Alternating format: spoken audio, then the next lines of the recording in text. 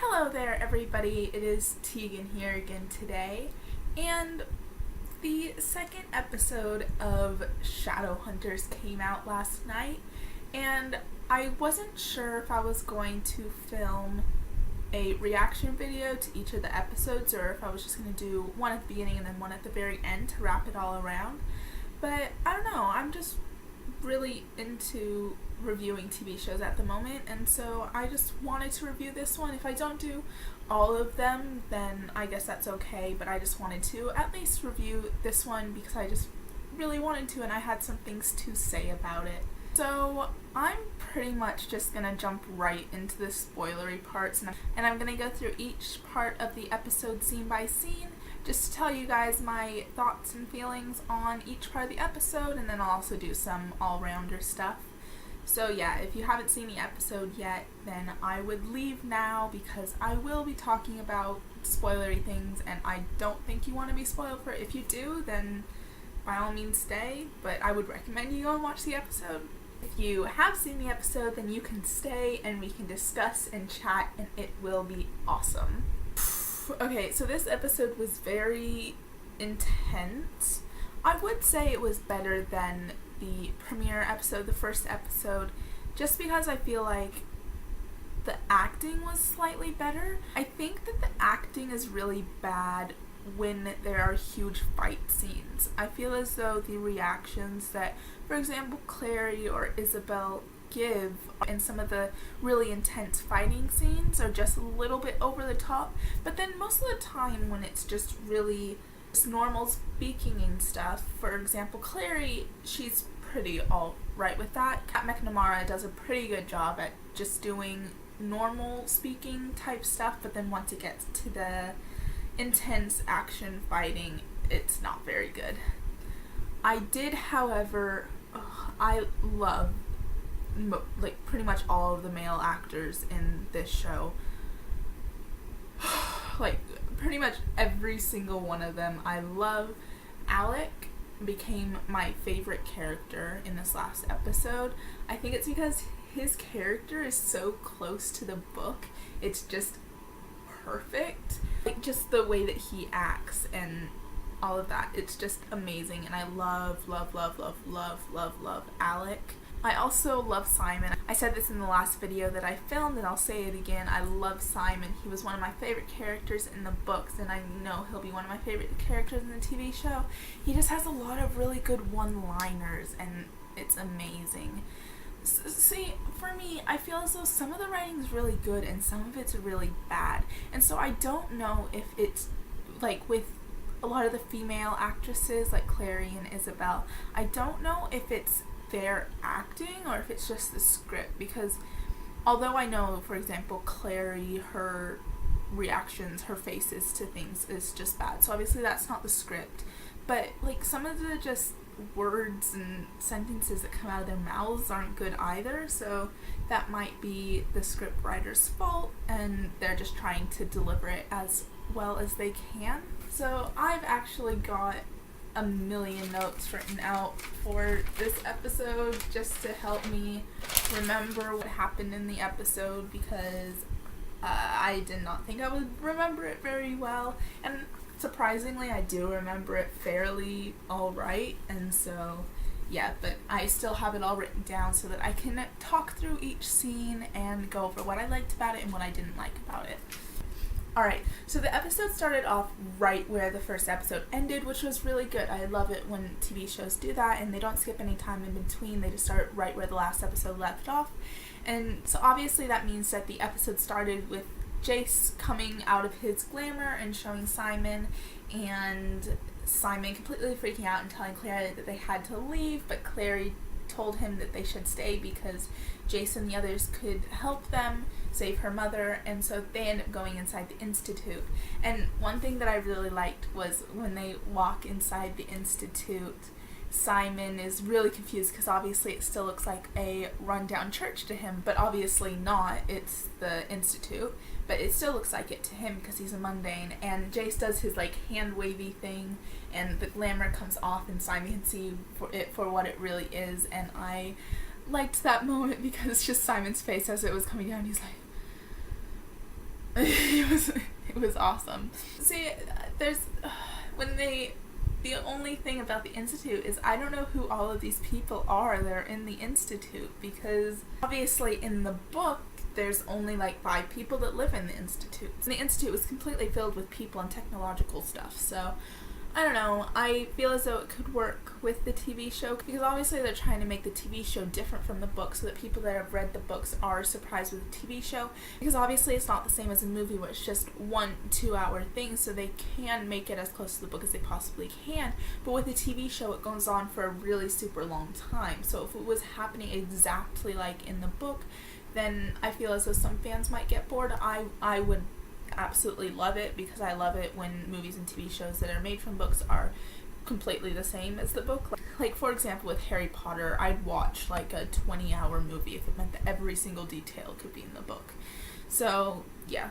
So once they go into the Institute, Clary and Jace are going to go back into the training room to talk to Hodge, and Simon starts walking forward and Jace is like, no, don't go there, you'll die if you step on the runes, because the floor's covered with runes. And Simon's like, what are you talking about?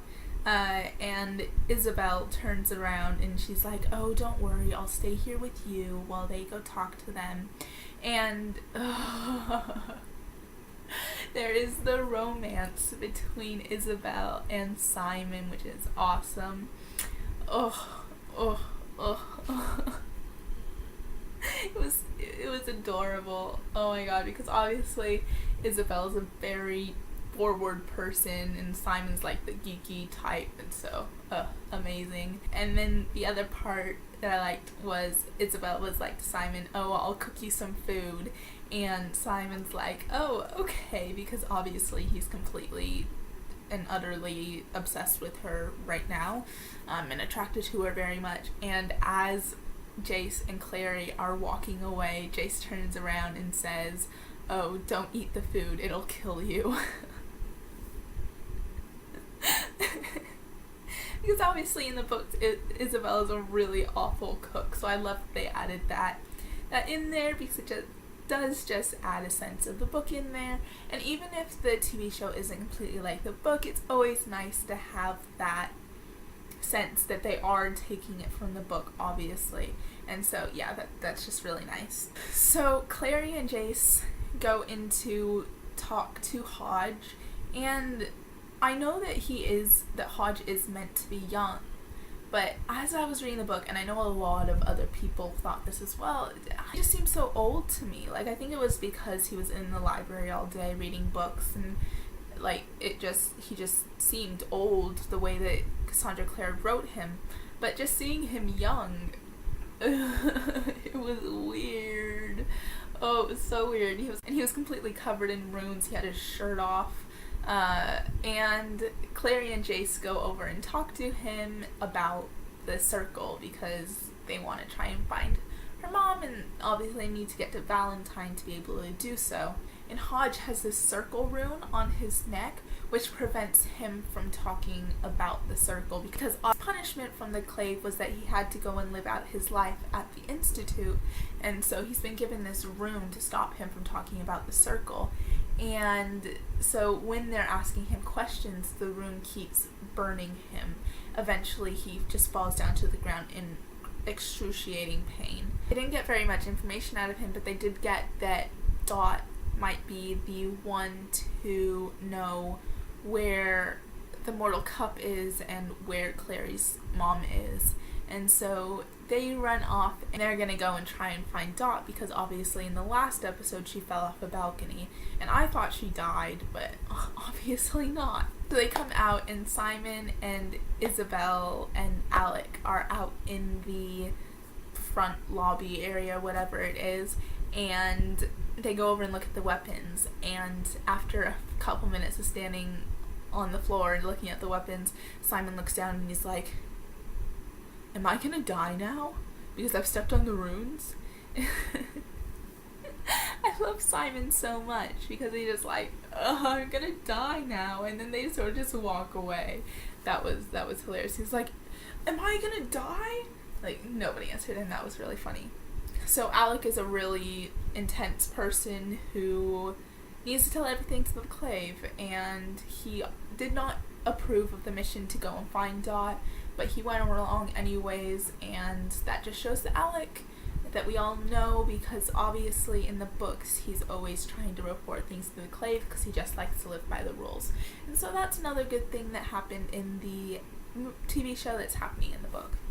So Simon makes this remark after they've all decided they're gonna go and find Dot, and Simon makes this remark about how they're all gonna take a car, all gonna take his car, and Jace, Alec, and Isabel all look at him really strangely, and Simon just goes, well, unless you have some super secret Shadowhunter mobile, then I guess we're taking my van.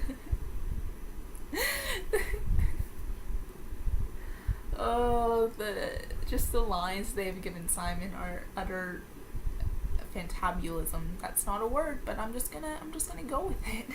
So the scene changes to Dot, and she's run into Pandemonium, and she's talking to Magnus. I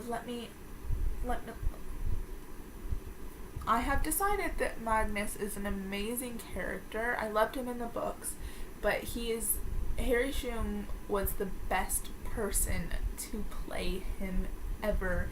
He's pulled up across the parts so well.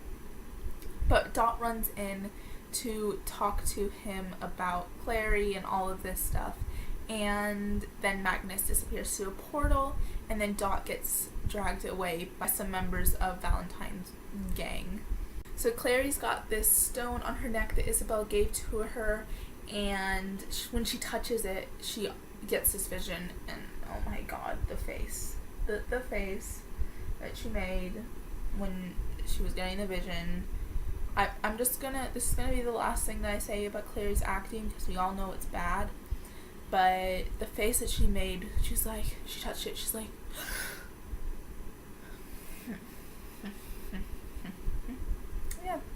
that's that. But she got a vision that Dot was at Pandemonium, and so they all drive to Pandemonium, and Dot is obviously not inside, and she gets another vision telling her that Dot has been taken away by some members of Valentine's gang. And so she's like, ugh, I'm never gonna now know how to get my memories back, everything's gonna suck, I'm not gonna know how to get my mother back. And that's when Jace mentions going to see the Silent Brothers, which it happened really fast. I don't feel as though it happened this fast in the book. Like, it's only the second episode and we're already going to see the Silent Brothers, but oh well. So obviously, as soon as Jace says it, Alec and Isabel turn around and they're like, no, that's a bad idea, we're not doing that. But Jace is adamant on going to see the Silent Brothers because he's like, this is the only thing that will save Clary and her mother. So they go to see the Silent Brothers, and when they get there, Simon is out in front. He's about to walk into the gate area to the City of Bones, and Jace is like, I wouldn't do that if I were you. And he's like, oh, why is that? And Jace says, because the moment that you walk in, oh, and Alec was like, ugh, what? Am I gonna die again? And then Jace is like, okay, go right ahead. And so Simon starts walking towards the gate, and it was either Alec or Jace, I can't exactly remember which one it was, but one of them goes, well, as soon as you walk past that gate, you will die. There's so many good one-liners in this show. Okay, moving on. So Izzy and Alec decide to stay back with Simon because obviously he can't go in, and Izzy is obviously crushing on Simon, and Simon's crushing on Izzy, and then Alec is just staying back to guard the outside.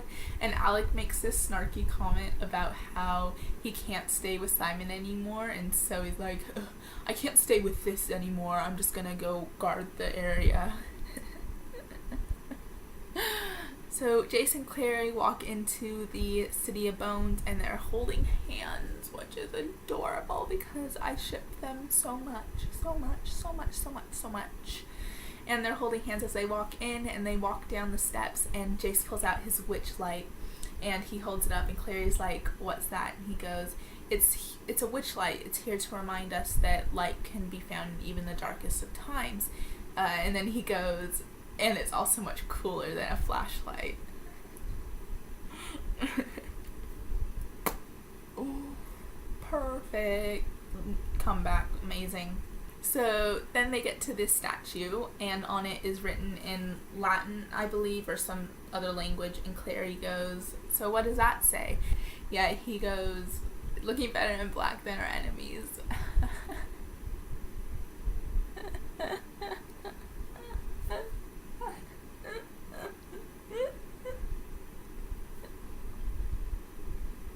Amazing. Amazing. And then Clary's like, well, I know I'm pretty rusty on my Latin, but I'm pretty sure it doesn't say that. And then he says something else that I can't remember, but it's what it actually says. And she's like, oh, well, that should go on a postcard. And so they keep walking down the City of Bones, and they eventually reach the Silent Brothers, and they're standing in the room, and the Silent Brothers come in at them from all sides, and Jace is told to move out of the room or else it'll mess it up or whatever, and Clary's told to stand in the middle of a circle, so she stands in the middle of a circle, and then this knife comes down, and one of the Silent Brothers is talking in her thoughts, and he says, if this goes wrong, if you're not strong enough, then it will most likely kill you. And then she gets all these flashbacks from different moments in the last 2 episodes, and they're things like Simon saying, you're Clary frickin' Frey, you can do whatever you want. Jace saying that she is a Shadowhunter now, and her mom just saying all these nice things about her, and she's like, and it goes back to her at present time, and she's just like, yes, I'm ready. And so they put it into the middle of her forehead, the knife. And it goes into her memories, and there's the only one memory, and it's Luke and Jocelyn talking, and Jocelyn says that Valentine is Clary's dad, and that is when Clary wakes up, and she's like, no, this can't be true, I can't be Valentine's daughter, it just can't be. And the Silent Brothers say that what's been seen, it's not reversible, it's the truth. So Jace comes in, and Clary tells her that Valentine is her father, and Silent Brothers go, that's as far as we can go, there's a block in your memory, we can't go any further than that. And Clary runs out of the room and comes back up, and Simon has been taken, and we don't know what it is until they are calling around for him, and you look up, and it goes up because one of the guys was like, is this what that mundane's name is? And they all look up, and Simon is hanging upside down, being held by some night children or vampires, and yeah.